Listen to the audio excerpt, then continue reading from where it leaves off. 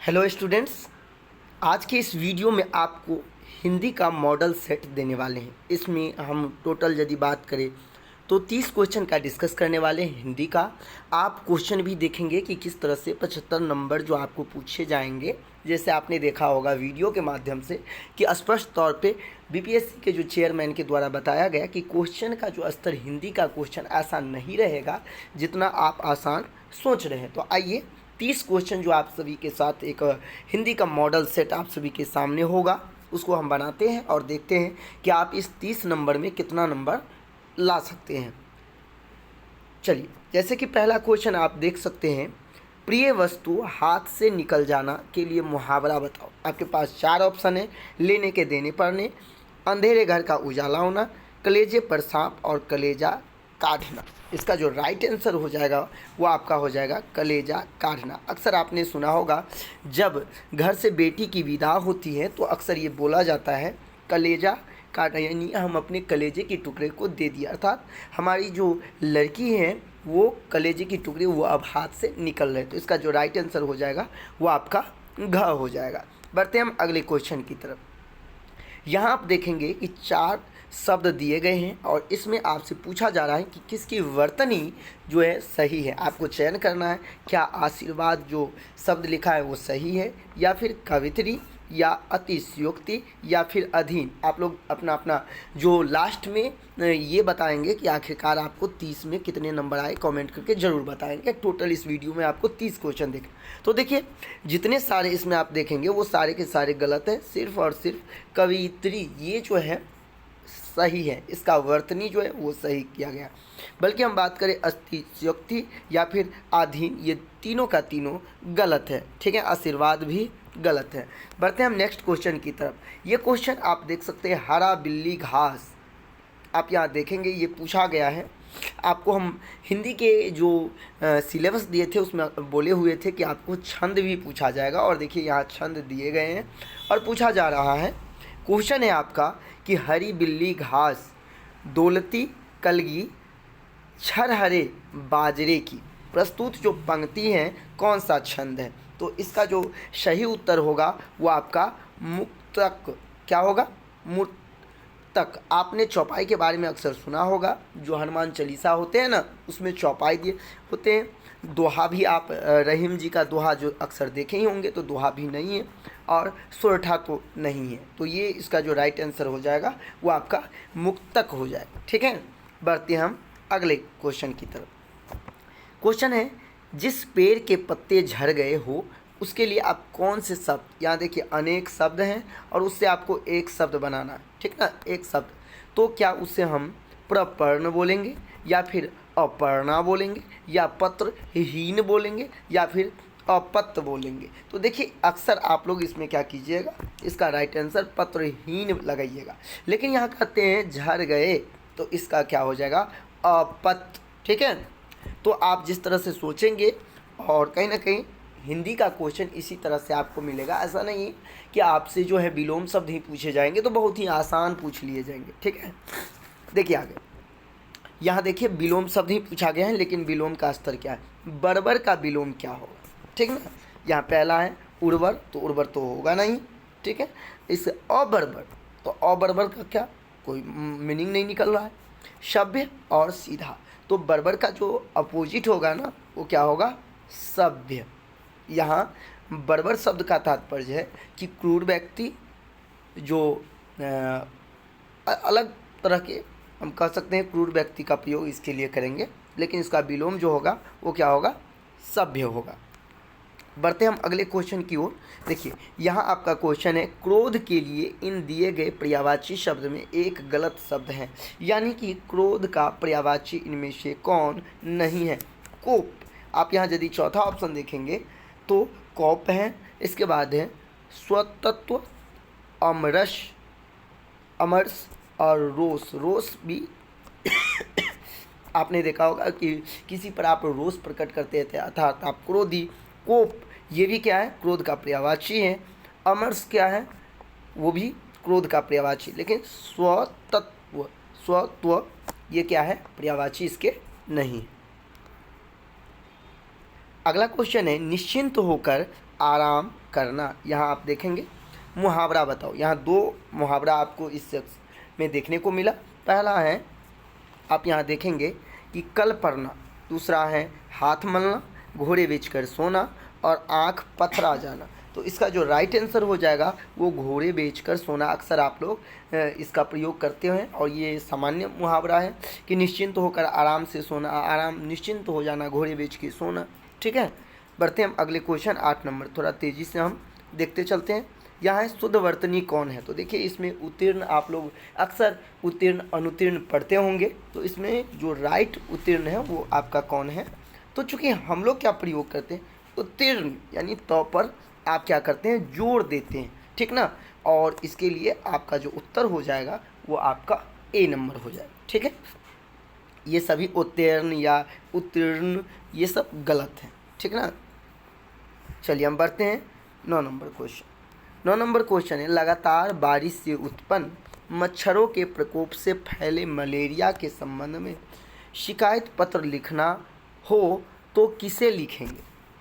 देखिए यहाँ ये जो प्रश्न भी है वो हिंदी से ही है, लेकिन इसको क्या किया है, जो आपको कहीं ना कहीं साइंस से जोड़ दिया है कि यदि आपको मलेरिया से संबंध खत लिखना है तो चूंकि खत आप लिख रहे हैं हिंदी भाषी के रूप में, तो आप किससे, तो स्वाभाविक सी बात है कि आप स्वास्थ्य अधिकारी को लिखेंगे, प्रधानमंत्री या फिर प्रधानाध्यापक या शिक्षा विभाग तो आप लिखेंगे नहीं, चूँकि स्वास्थ्य से संबंधित मुद्दा है तो जो स्वास्थ्य के अधिकारी होंगे उसे आप लिखेंगे। अगला है, लाल टीन की छत किसका उपन्यास है। अक्सर आपको लेखक के नाम जो है वो पूछने को मिलेगा और देखने को भी मिलेगा आपको बीपीएससी में। तो इसका जो राइट आंसर है लाल टीन की छत, इनके जो लेखक थे वो निर्मल वर्मा। कौन थे, निर्मल वर्मा। चलिए हम बढ़ते हैं अगले क्वेश्चन की तरफ। चीफ की दावत एक कहानी है जिनका नाम है चीफ की दावत, और इसका रचनाकार कौन है। तो चीफ की दावत के जो रचनाकार हैं वो हिंदी के जाने माने कहानीकार भीष्म सहनी हैं, जो इसके लेखक हैं, रचनाकार हैं। क्या नाम था, चीफ की दावत। चलिए हम बढ़ते हैं अगले क्वेश्चन की तरफ। ये क्वेश्चन आपका जो है रस से है। पानी ही तय हिम भैया हिम है गया बिलाय, इस पंक्ति में रस क्या है। चूँकि पहले ही आपको बता दिए रस पूछा जाएगा, छंद पूछा जाएगा, इसके बाद हम अलंकार की बात करें, अलंकार पूछा जाएगा, ठीक है, अलंकार। तो ये सब चीज़ आपको पढ़ने होंगे। तो देखिए स्वाभाविक सी बात है कि इसमें कहते हैं पानी ही तय, यानी कि पानी की बात की जा रही है, और इसीलिए चूँकि इसमें देखिए एक चीज़ आपको बता दें, जब भी आपको इस तरह की गीत या संगीत की बात हो जिसमें पूरे उग्र रूप की बात हो तो वहाँ आपको हमेशा वीर रस होता है, ठीक ना। तो यहाँ उग्र की बात कुछ है नहीं, जैसे आपने सुना होगा खूब लड़ी मर्दानी वो तो झांसी वाली रानी, एक कहानी है, वो किसके अंतर्गत आ जाएंगे, तो वो आपका आ जाएंगे वीर रस के अंतर्गत। लेकिन यहाँ क्या हो जाएगा, इसका राइट आंसर शांत रस। कौन रस, शांत रस। चलिए हम बढ़ते हैं अगले क्वेश्चन के। अंतर्द्वेदी अंतर्वेदी अंतर्वेदी नाम से जानी जाने वाली बोली क्या है, यानी कि ये जो अंतर्वेदी हैं वो कौन से लैंग्वेज को कहा जाता है। तो इसके लिए आप ब्रज भाषा की ये लैंग्वेज है और उसमें बोले जाने वाले अंतर्वेदी याद रखेंगे। अंतर्वेदी नाम से जाने जाने वाली जो बोली है वो आपका कौन है, ब्रज भाषा। बढ़ते हैं हम अगले क्वेश्चन। महाभोज, ये बहुत ही चर्चित उपन्यास है महाभोज, और इसके लेखक यदि हम बात करें तो आपको पता होनी चाहिए मनु भंडारी। आप लोग डीएलएड में भी पढ़े होंगे, इसका बहुत अच्छा उपन्यास भी है, ठीक ना। और भी महाभोज, साथ ही साथ और भी इसका जो मनु भंडारी का जो है वो कबूतर के संदर्भ में एक कहानी था, मैं भूल रहा हूँ, डीएलएड में आपके सिलेबस में था, ठीक ना, मनु भंडारी का। बढ़ते हम अगले क्वेश्चन 15 नंबर, ठीक है। क्वेश्चन है, उधो महिम ब्रज विसरत नाही, हंस सुता की सुंदर कगरी और द्रुमन ही छाही। इस पंक्ति में हंसुता की सुंदरी कगरी है ना, इसके बारे में क्या है, ये क्या है। तो ये कहीं ना कहीं आप लोग नहीं समझ पाएंगे, और हम कह सकते हैं ये क्वेश्चन थोड़ा आप लोग के आउट ऑफ सिलेबस हैं, तो इसको हम यहाँ छोड़ सकते हैं। यदि इसकी उत्तर की हम बात करें तो ये उद्दीपन की बात की जा रही है, ठीक है, बढ़ते हम अगले क्वेश्चन की तरफ। और ये देखिए, इसमें आपको शुद्ध वाक्य पूछा जा रहा है। मैंने सिलेबस में भी बताया था कि आपको वाक्य दे दिए जाएंगे 4 और उसमें ये पूछे जाएंगे कि कौन से शुद्ध वाक्य हैं। तो इसका यदि आप देखेंगे तो इसका जो राइट आंसर होगा वो आपको सी होगा। जब तुम आओगे, यहाँ देखिए कॉमा लगा, तब वह जाएगा। लेकिन इसमें देखिए, आप देखें, सोनू को गए मात्र 10 मिनट हुआ है। एक ही लाइन में सोनू को गए मात्र 10 मिनट। थोड़ा पढ़ने से ही आपको लगेगा कि ये सेंटेंस जो है वो गलत है। उसके बाद यहाँ देखिए, पूजनीय मामा जी को नमस्कार कहना, जबकि पूजनीय मामा जी को नमस्कार हैं या इस तरह की प्रयोग होना चाहिए। ठीक है, फिर यदि हम बात करें चौथा ऑप्शन, तो वह कार्य बड़े भैया ने करा था। या लैंग्वेज स्पष्ट, यदि आप पढ़ेंगे तो निश्चित तौर पे तुरंत आपको पता चल जाएगा। आगे है उसी तरह का क्वेश्चन, फिर वाक्य सही है। इसमें पूछा जा रहा है क्या है, तो देखिए, तुम मेरी तरफ इस तरह क्या देख रहे हो। तुम मेरी तरफ इस तरह क्या देख रहे हो। देखिए क्वेश्चन मार्क लग गया। मैं भगवत गीता पढ़ा है या पढ़ा हूँ। मैं भगवत गीता पढ़ा हूँ, यहाँ है नहीं। ठीक है, फिर यदि हम बात करें इसी नंबर, मैं कल मुंबई जाना है, तो मैं की जगह यहाँ क्या होता, मुझे कल मुंबई जाना है। ठीक ना। इसके बाद है आपका, यदि देखें चौथा, तुम अपनी सुविधा अनुसार यह काम करो, तो यहाँ देखेंगे तो ये गलत है, सुविधा अनुसार। ठीक ना, तो आपका राइट आंसर क्या हो जाएगा, ए सही है, कौन नंबर। ठीक है, बढ़ते हम अगले क्वेश्चन। ये आपका संबंध बोधक, विस्मयादि बोधक, समुच्चय बोधक और क्रिया विशेषण से क्वेश्चन है। और ये क्वेश्चन है आपका, मेरी माता आई है इसलिए मैं आ न सका। इस वाक्य में कौन सा अविकारी शब्द है। कहता है इस वाक्य में कौन सा अविकारी शब्द है। तो इसमें जो जिस अविकारी शब्द का प्रयोग किया गया है वो है समुच्चय बोधक। कौन, समुच्चय बोधक। ठीक ना। चलिए हम बढ़ते हैं अगले क्वेश्चन की तरफ। आगे नदियाँ परी अपार, घोड़ा कैसे उतरे पार। राणा ने देखा इस पार, तब तक चेतक था उस पार। इस पंक्तियों में कौन सा अलंकार है। मैं आपको बता था पहले भी कि यदि इस तरह के क्वेश्चन आ जाएं आपको, तो यहाँ देखिए क्या है,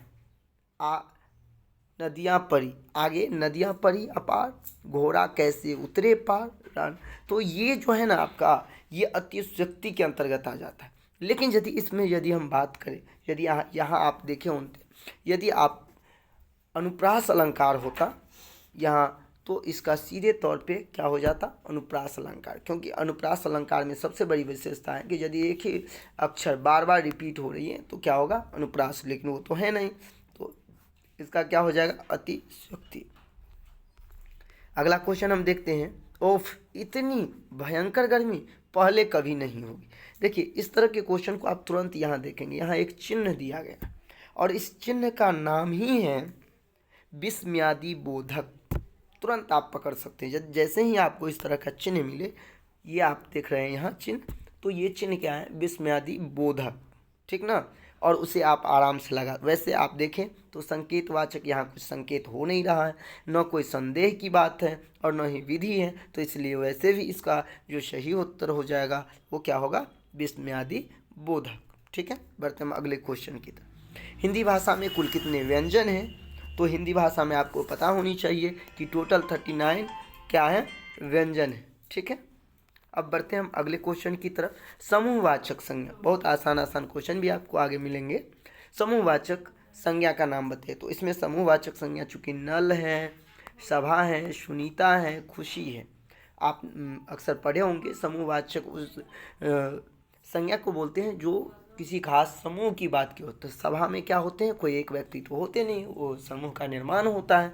इसीलिए इसका राइट आंसर हो जाएगा आपका ख, यानी कि सभा। आगे है बेमतलब उपयुक्त उपसर्ग। तो देखिए बेमतलब में यदि आप देखेंगे तो दो पार्ट कीजिए, इसे दो पार्ट करेंगे तो एक आपको मिलेगा मतलब और दूसरा मिलेगा बे। तो शुरू में जो लगा है बे वो क्या हो जाएंगे, उपसर्ग हो जाएंगे और इसीलिए इसका राइट आंसर हो जाएगा क। बढ़ते हम अगले क्वेश्चन 24 नंबर, कमल नयन में कौन सा तत्पुरुष है। तो इस तरह आप यदि बात करें समास में तो बहुत ही आसान हो जाएगा। यदि आप कोई भी समास जो कि कारक चिन्ह से जुड़ा हुआ हो, कारक चिन्ह जैसे का, के, ने का प्रयोग हो, को का प्रयोग हो, से का प्रयोग हो, उसको विग्रह करने से तो समझ जाइएगा वो तत्पुरुष होगा। लेकिन चूंकि कह रहा है कमल नयन, तो इसीलिए ये जो हो जाएगा आपका कर्मधारय समास हो जाएगा। ठीक है, बढ़ते हम अगले क्वेश्चन की तरफ। एक ही शब्द यदि 2 बार प्रयोग हो, देखिए क्या कह रहा है, एक शब्द कितने बार, तो 2 बार प्रयोग, तो उस शब्द के मध्य लगने वाले विराम चिन्ह को क्या कहेंगे। तो जब एक ही शब्द हो और 2 बार प्रयोग हो और वहाँ विराम चिन्ह का प्रयोग हो तो उसे कहा जाता है योजक चिन्ह। ठीक ना, कौन चिन्ह, योजक चिन्ह। ध्यान रखेंगे इस चीज़ को। जब एक शब्द, कोई भी एक ही शब्द यदि 2 बार प्रयोग होता है तो उस शब्द के बीच जो लगने वाले विराम चिन्ह होगा वो क्या होगा, योजक चिन्ह। 26 नंबर क्वेश्चन देखते हैं, निम्नलिखित में किस शब्द में प्रत्यय का प्रयोग हुआ है। यहाँ 4 आप देखेंगे शब्द हैं, तो किस में प्रत्यय लगा है। तो देखिए प्रत्यय किस में लगा है या नहीं लगा है, ये पता करने के लिए सबसे आसान है कि आप उसे संधि विच्छेद पहले करें। यदि आप देखेंगे तो इसमें आप देखिए पुलकित, तो क्या करेंगे, पू को यदि या ल को हटाएंगे तो कोई शब्द ही नहीं बन रहा है। तो इसका मतलब है कि पुलकित ऑलरेडी एक शब्द है, इसको हम तोड़ नहीं सकते, इसका मतलब इसमें प्रत्यय नहीं लगा है।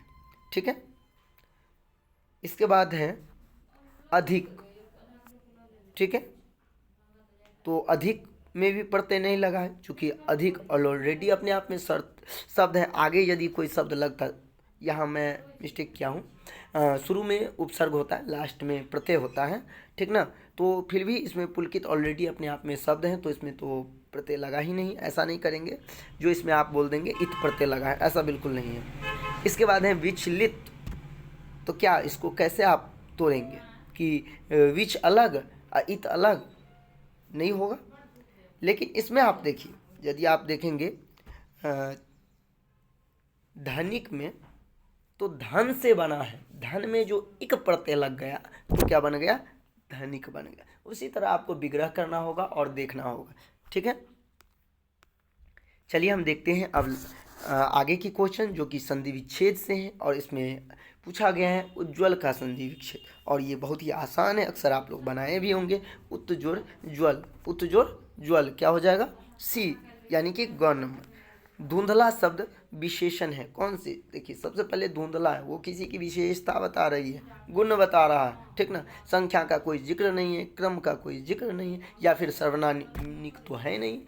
ठीक ना, तो इसलिए क्या हो जाएगा, गुणवाचक। सर्वनामिक वो होता है जो विशेषण की विशेषता बताए। ठीक ना, 2 बार, तो ये होगा नहीं। चलिए हम बढ़ते हैं अगले क्वेश्चन की तरफ।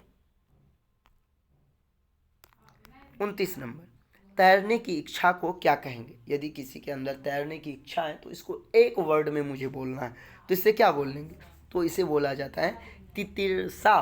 क्या बोलेंगे, तितिरसा। तो हर्षिकार, तो दीर्घिकार और श आकार ऊपर रेफ, कौन सा, तो आप देख ही रहे हैं, उदंत स का प्रयोग करेंगे।